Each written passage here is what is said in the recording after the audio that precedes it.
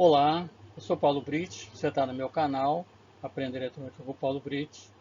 Recados rápidos para quem está chegando pela primeira vez no canal, vou tentar ser o mais breve possível.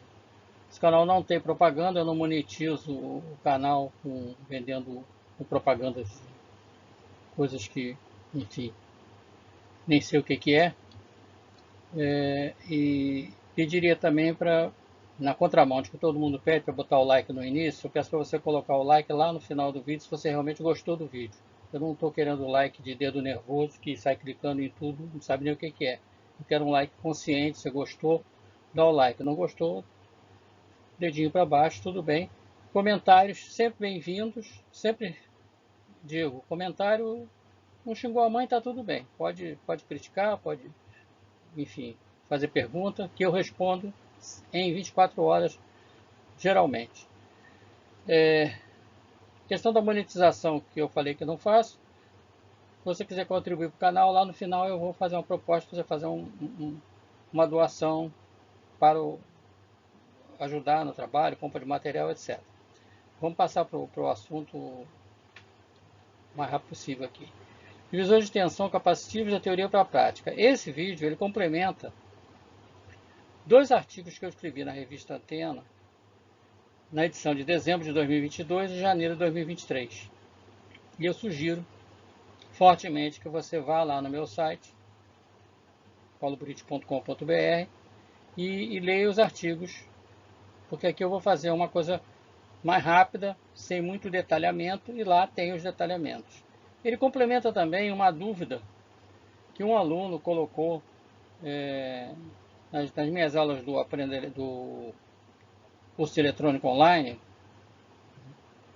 modernizado agora, mas, enfim, eu deixo o link aqui embaixo para quem se interessar de conhecer o curso. O aluno colocou uma dúvida lá, quando eu tratei desse assunto, porque ele foi fazer a prática e aconteceu um resultado interessante, diferente do que poderia ser. E no momento eu dei uma resposta a ele, que eu julgava que seria aquilo, depois eu comprovei que é. Enfim, como o assunto é bem interessante, eu vou explorar aqui num vídeo fora da aula e passar para o aluno também, para outras pessoas. Talvez o vídeo tenha até duas partes, porque eu tenho, não sei se vai ficar muito longo, enfim, vamos ver. Vamos ver o que é divisor de tensão capacitivo teoria para prática. Vou fazer um resumo rápido aqui no próximo slide do que a gente está abordando e depois fazer umas práticas aqui para fazer as demonstrações. Então, vamos para o próximo slide. Vou pegar aqui a caneta, ver se ela hoje vai funcionar. Você está vendo aqui ao lado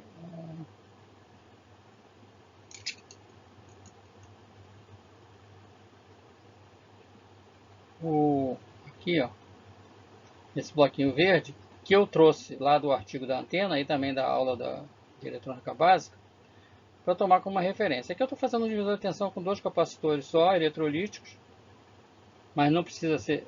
Você pode fazer isso com corrente alternada também, obviamente aí não vai usar o capacitor eletrolítico. Eu não fiz essa abordagem com corrente alternada nos artigos e por isso eu talvez faça aqui na segunda parte desse vídeo umas coisas interessantes. A ideia que eu propus era o seguinte: todo mundo, pelo menos eu entendo que estudo eletrônico já há algum tempo, eletricidade, sabe que o divisor de tensão resistivo, a queda de tensão no resistor é proporcional ao tamanho do resistor. E eu não vou descrever isso aqui com detalhes, porque isso suponho que você deve saber, se não sabe, e lá no artigo, como eu disse, eu faço um detalhamento maior. No divisor capacitivo, acontece uma coisa que geralmente as pessoas não estão ligadas. Eu tenho dois capacitores aqui, um de 2 microfarads e um de 1 microfarad, alimentados com uma fonte de tensão de 15 volts. Eles estão em série. E aí a questão é, qual é a tensão em V1 e qual é a tensão em V2? Bom, se você está achando que a tensão em V1 vai ser maior do que a tensão em V2, porque V1 tem o dobro da capacitância, perdeu. Está enganado. Isso eu explico no artigo. Em resumo, como é que eu calculo a tensão em V1 e em V2? Poderia ter 10 capacitores em série aqui, Só ia aumentar a conta, mas o processo é o mesmo. A tensão em V1 é a tensão, está aqui nesse bloquinho aqui, ó, deixa eu pegar aqui a caneta, vou pegar a branca aqui, deixa eu ver se ela vem. Às vezes ela não quer vir, aqui acho que veio. Tensão em V1, está aqui nesse bloquinho, é a tensão total, que no caso é 15 volts, o VT aqui é 15 volts nesse exemplo. Eita, vou pegar isso aqui comigo.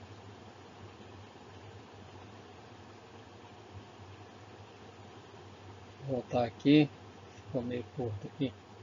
15 volts, tá, o VT é 15 volts. O que é o C total? O C total também pode ser chamado de C equivalente. É o equivalente dos dois capacitores em série. Cuidado, porque capacitor em série é diferente de resistor em série. Tá aqui a formulazinha, só para lembrar, que a capacitância, nesse caso, que são dois capacitores, né, se fosse mais, enfim, não vem o caso agora, é parecida com a fórmula que a gente usa para calcular resistores em paralelo.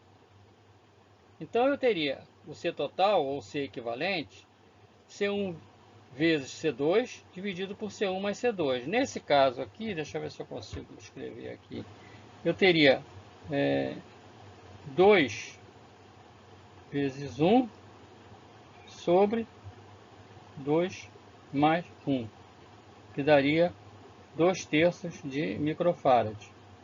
Eu não vou fazer essa conta porque não me interessa aqui, só 2/3 é um valor menor do que 1. Então, é uma regra parecida com o que acontece com o resistor em paralelo. A capacitância total, ou capacitância equivalente, é menor do que o menor capacitor. E aí você, de posse desse cálculo aqui, 2/3, você vai colocar os valores aqui na fórmula e vai achar as tensões. Eu não vou fazer essa conta, eu faço lá no artigo, sugiro que leia, porque senão o vídeo vai ficando muito longo. Leia o artigo que está feito lá passo a passo. Para quem tem alguma dificuldade em matemática e tal, lá está feito passo a passo. Qual é o problema aqui? O problema é que o aluno montou esse circuito usando esses valores de capacitores, 2 microfarads, 1 microfarad e 15 volts, seguindo a risca, para tentar encontrar o valor V1 e V2 que ele calculou. Primeira coisa, você não pode confiar no valor que está escrito no corpo do capacitor, no valor nominal. Você tem que medir o capacitor, porque o valor provavelmente está diferente. Então você tem que fazer a conta não com o valor nominal. Isso aí é para a provinha lá de ensino médio, do Enem e tal. Na prática, isso aí não é assim. Quando você faz esse circuito, você monta, faz naqueles softwares, né, de circuito, vai dar certinho, porque aquele capacitor ali é lindo, maravilhoso. É o capacitor que você não compra na loja. Tá? Então você vai medir a capacitância, se possível até medir o ESR, porque às vezes se o ESR estiver muito alto, também vai dar diferença, e vai fazer a conta com os valores medidos. E aí você vai encontrar os valores x e y lá, que não vem o caso aqui, e vai medir. Qual foi o problema que ele teve? Quando ele foi medir, ele percebeu que a tensão em cima de V1 e V2 ficava oscilando muito. Na verdade, ele colocou oscilando, ela ia caindo. Por quê?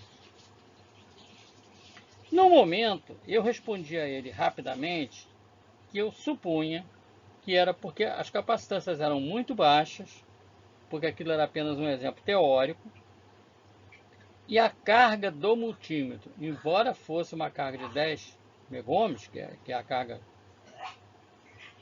que o multímetro está oferecendo, a carga do multímetro estava descarregando o capacitor. Se usasse capacitores maiores, provavelmente esse fato não ia ocorrer. E isso depois eu fui comprovar na prática e vou mostrar aí. Mas por que a carga do multímetro está dando problema? Vamos lembrar do seguinte, constante de tempo. Aí vamos passar para um outro tema aqui, constante de tempo, que já foi objeto de assunto de uma aula, constante de tempo do circuito RC. no circuito RC. A constante de tempo, que costuma ser representada pela letra tal, é o produto do resistor vezes o capacitor. Vamos fazer o seguinte. O resistor aqui é a carga do multímetro. Vamos considerar como 10 megôhms, que normalmente é a carga do multímetro digital, 10, 11 megôhms, por aí, 10 megôhms. E o capacitor, 1 microfarad. 1 microfarad. Megôhme com 1 microfarad vai cortar, porque é 10 a sexta e 10 a menos sexta. Isso aqui vai dar 10 segundos de constante de tempo. Ora, o capacitor vai se descarregar em 10 segundos quando você colocar um instrumento em cima dele. Mas ele não se carrega. Na verdade, ele leva 5 constantes de tempo para se descarregar, ou seja, 50 segundos, quase 1 minuto. Por isso é que a tensão ia oscilando. Ele colocou oscilando, na verdade a tensão ia caindo. Então, o divisor de tensão capacitivo não é para ser usado como um divisor resistivo. O resistor resistivo também vai ter problema, mas... Então, o que a gente teria que fazer? Aumentar o valor da capacitância, talvez para 200 microfarads, 100 microfarads, para que a constante de tempo fosse bem maior e você conseguisse fazer a medida. Esse seria o primeiro procedimento. Segunda questão, qual a vantagem então de se fazer um circuito desse? Bom, a vantagem é quando você quer fazer medida, não com 15 volts, quando você quer fazer medidas de alta tensão, principalmente em AC, e você não quer medir 5.000 volts. Então você usa, eu vou fazer isso depois demonstrativamente, você usa um monte de capacitores em série, a tensão em cima de cada capacitor vai cair, e aí você consegue fazer a medida com mais conforto e sem perigo. Espero que tenha ficado entendido a parte teórica. Agora eu vou passar para uma parte prática disso daqui. Então vamos ver o primeiro experimento. Eu estou fazendo o primeiro aqui igual o da figura lá que eu coloquei no slide anterior. Esse capacitor aqui é 2,2 microfarads, eu não sei se vai dar para ver aqui, mas vai perder o foco. E esse aqui é 1 microfarad. 2,2, 2 microfarads está dentro da ideia. Medi eles antes com o capacímetro e medi o SR também, eles estão próximo de 2,2 e próximo de 1. Pequena variação que não vem ao caso, não é nada muito forte. Eu não fiz as contas, deixo para você fazer, mas vou fazer agora a aplicação da tensão com essa fontezinha aqui, que é uma fonte que eu já falei dela em algum artigo, montei com uma fontezinha comprada aí no AliExpress, uso um LM317, né? Ela é para baixa corrente, mas para esses experimentos eu gosto muito dela. Está ali com 15 volts, montei numa caixinha de MDF dessas de artesanato que a gente encontra aí nas lojas que vendem coisas para artesanato. Está aqui o voltímetro, vou usar esse Zoy GT102, já fiz um vídeo também sobre ele, não é nenhuma maravilha, mas quebra o galho aqui para esse tipo de trabalho. Então vamos lá, vou aplicar a tensão aqui e vamos lá. Apliquei os 15 volts, está mantendo 15 volts lá. Vou medir a tensão no primeiro capacitor. Vou aproximar aqui, ver se a minha mão não atrapalha. Você está vendo lá que está dando, não sei se vai dar para ver, 7,16, mas está caindo. Agora está com 6,45.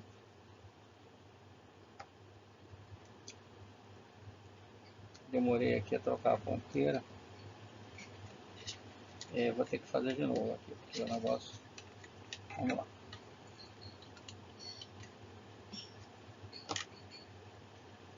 Estou com 7 volts aproximadamente no capacitor menor e 8 e pouquinho no capacitor maior.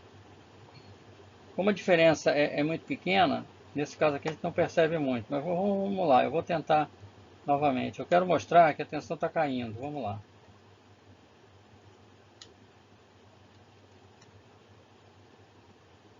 sei se dá para observar ali no multímetro. Vou aproximar aqui, botar minha mão aqui por trás. Estou no capacitor maior. A tensão está caindo, tá vendo? 6,25, 5 e tal. Agora eu vou para o capacitor 5. Tem que somar 15, né? 9 e pouco. Mas ela não se sustenta. Foi o que o aluno lá do curso de eletrônica básica observou. Ah, a tensão está oscilando. Não é oscilando, senão se ela ficasse vai e vem, ela está caindo. E por que está caindo? Aquilo que eu expliquei. Porque a carga do instrumento, agora ela não está caindo porque eu não estou carregando, mas eu também não posso ver. Eu precisaria ter um instrumento que tivesse uma carga muito maior que 10 megômetros, que é o instrumento, que é esse instrumento. Eu, se não me engano, eu tenho quer dizer, eu tenho um VTVM aqui que eu acho que a impedância dele é 100 megômetros. Depois eu vou tirar ele ali do cantinho que ele está escondido e quem sabe eu faço um novo experimento sobre isso. Agora o que eu vou fazer? Eu vou trocar esses capacitores por dois maiores. Eu vou pegar um aqui de 1000 microfarads e um de 470 microfarads. Uma pessoa me chamando aqui, eu preciso responder porque é uma coisa importante. Vou dar uma pausa aqui para poder trocar os capacitores.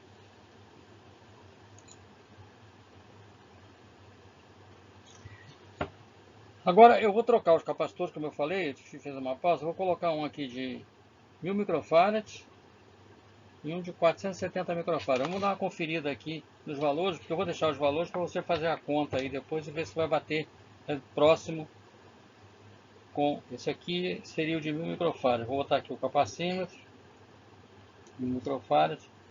Ele está dando 1086. É próximo de 1000. Mas você pode anotar esse valor 1086 para depois você fazer a conta e ver se vai chegar próximo dos valores medidos. Eu não vou fazer essa conta, deixa para sua conta.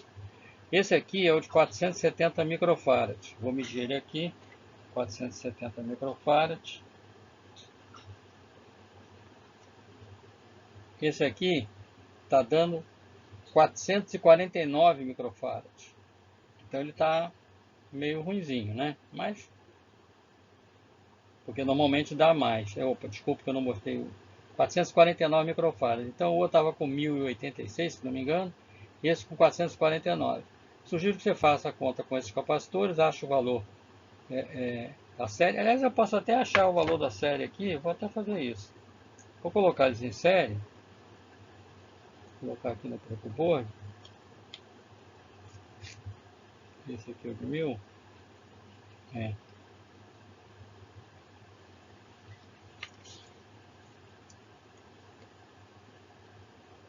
Então é um bom exercício aqui. Coloquei eles em série. Eu até no artigo mostro uma maneira de medir capacitores que o capacímetro tem que dar menor que o de 470, correto? 317 microfarads. Então sugiro que faça a conta e veja se você chega a valores próximos, deve dar pequenas variações, isso é normal. Erro de conta, etc. Agora, vou ligar o capacímetro aqui, botar para cá, que eu não vou usar mais, e vou colocar os 15 volts de ponta a ponta. Vamos ver se a fonte está dando 15 volts. Continua dando 15 volts lá, 14,9, 15, desceu um pouquinho, está tudo bem. Agora eu vou medir a tensão. Vou medir a tensão no capacitor maior, de cima, que é o maior, né? Estou com 4647. Não está variando muito. Vou agora para o de baixo.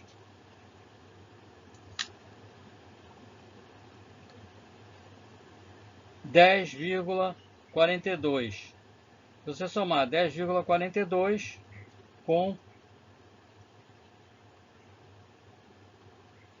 4,6 vai dar os 15 volts. diferença de décimo, tem alguns errinhos, mal contatos aqui, etc., mas chegou bem próximo. Percebeu que agora, olha só, a tensão praticamente não varia, fica lá, 4,74, 4,73, um para o outro. 10,47, fica estável.